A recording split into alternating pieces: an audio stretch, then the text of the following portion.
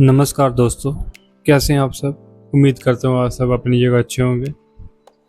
आज हम एक बहुत ही अनकॉमन से टॉपिक पे बात करेंगे और वो है मृत्यु। और जानेंगे कि मृत्यु एक सदमा है या सद्भावना। तो चलिए शुरू करते हैं। हम सभी चाहते हैं कि हम एक अच्छा जीवन जिएं और समय आने पर हमारी एक अच्छी मृत्यु भी हो। इंसान के अधिकतर प्रयत्न जीवन को अच्छी तरह से जीने के बारे में होते हैं, और अगर हम नतीजों पर गौर करें तो वह इसे साबित भी करते हैं।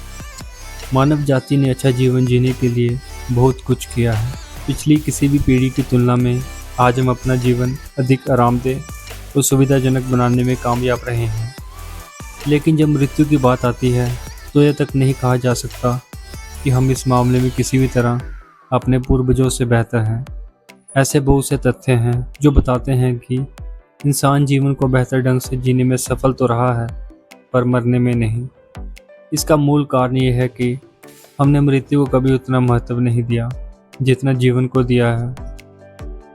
विश्व में हर जगह जीवन का जश्न मनाया जाता है और मृत्यु का शोक। जीवन को सफलता के रूप में देखा जाता है तो मृत्यु को एक विफलता के रूप में।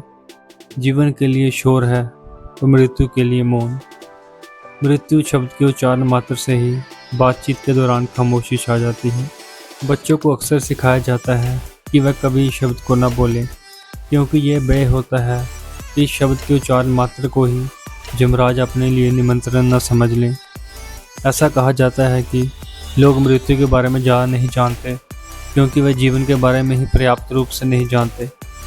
ऐसा माना जाता है कि मृत्यु लंबे समय में अंत में होने वाली एक छोटी सी घटना है, लेकिन एक पूरा जीवन जी लेने के बाद भी लोग जीवन से जुड़े सरल सवालों के प्रति अनजान होते हैं, जैसे हम कहाँ से आए हैं और कहाँ जाने वाले हैं।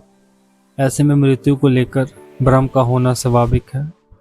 हालांकि इसे स्वीकार करना होगा कि आधुनिक समय में मानव जाति अपनी पुरानी सोच, जीवन ईश्वर का उपहार है और मृत्यु उसका श्राप, से वाकई काफ़ी आगे निकल चुके हैं। लेकिन एक आम मानव के लिए मृत्यु आज भी एक रहस्य ही है। मृत्यु से संबंधित मामलों पर आधिकारिक तौर पर कुछ कहने का हक समाज ने तांत्रिकों, पंडितों व पादरियों को सौंप रखा है। पिछले कुछ 100 सालों में चिकित्सा के क्षेत्र में पूरे विश्व में बहुत सारी खोज की गई, जिनका स्वास्थ्य और मृत्यु दर पर काफ़ी असर पड़ा। परिणाम स्वरूप लोगों ने मृत्यु से संबंधित प्रश्न के उत्तर के लिए आधुनिक विज्ञान की ओर देखना शुरू कर दिया।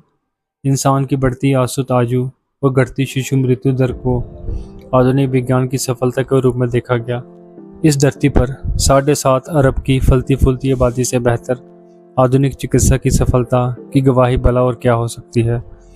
हालांकि आधुनिक विज्ञान ने अपनी इस सफलता के पीछे विनाश के काले धब्बे भी छोड़े हैं। कई देशों में, खासतौर पर अधिक विकसित देशों में, मृत्यु को अब एक प्राकृतिक घटना के रूप में न देखकर एक चिकित्सीय स्थिति के रूप में देखा जाता है। यहाँ तक कि जीवन की साधारण घटनाओं और परिस्थितियों को खतरा व बीमारी मानकर उसके इलाज की पेशकश की जाती है। मृत्यु से पहले मरते इंसान की अति आधुनिक चिकित्सीय उपकरणों की सहायता से लंबे समय तक लाइफ सपोर्ट पर रखना एक नया आदर्श बन गया है। दरअसल इंसान अपनी नश्वर प्रकृति को आसानी से कभी स्वीकार नहीं कर सकता। नतीजा ये हुआ कि चिकित्सा विज्ञान की सफलता से अमरता की ऐतिहासिक खोज में एक बार फिर से नई जान आ गई।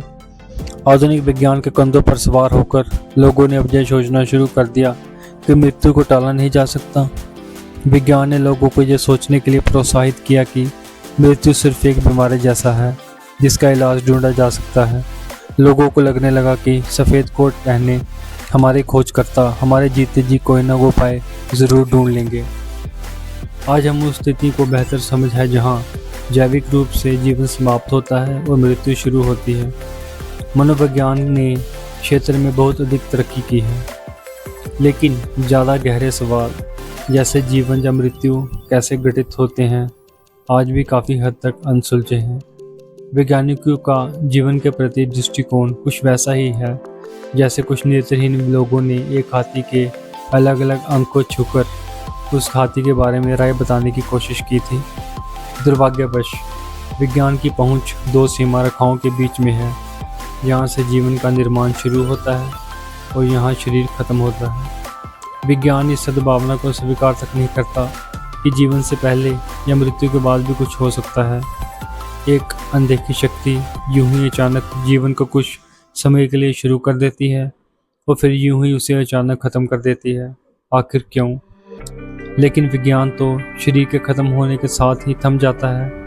वहीं दूसरी तरफ दुनिया भर में धर्म अटकलों से भरे पड़े हैं कि मृत्यु के बाद क्या होता है, और हम इन दोनों के बीच खुद को खोया हुआ पाते हैं। ऐसे समय में गुरु जैसे जोगी व दिव्यदर्शी की मौजूदगी मूल्यवान हो जाती है, जो परंपरा या धर्म ग्रंथ या पुस्तकों से नहीं बल्कि अपने आंतरिक अनुभव से इन पहेलियों को सुलझाते हैं। सो दोस्तों, आज के लिए इतना ही, और हम नेक्स्ट वीडियो में ये जानने की कोशिश करेंगे कि गुरु हमारा किस तरीके से मार्गदर्शन करते हैं। तो तब तक के लिए good bye, take care, see you soon.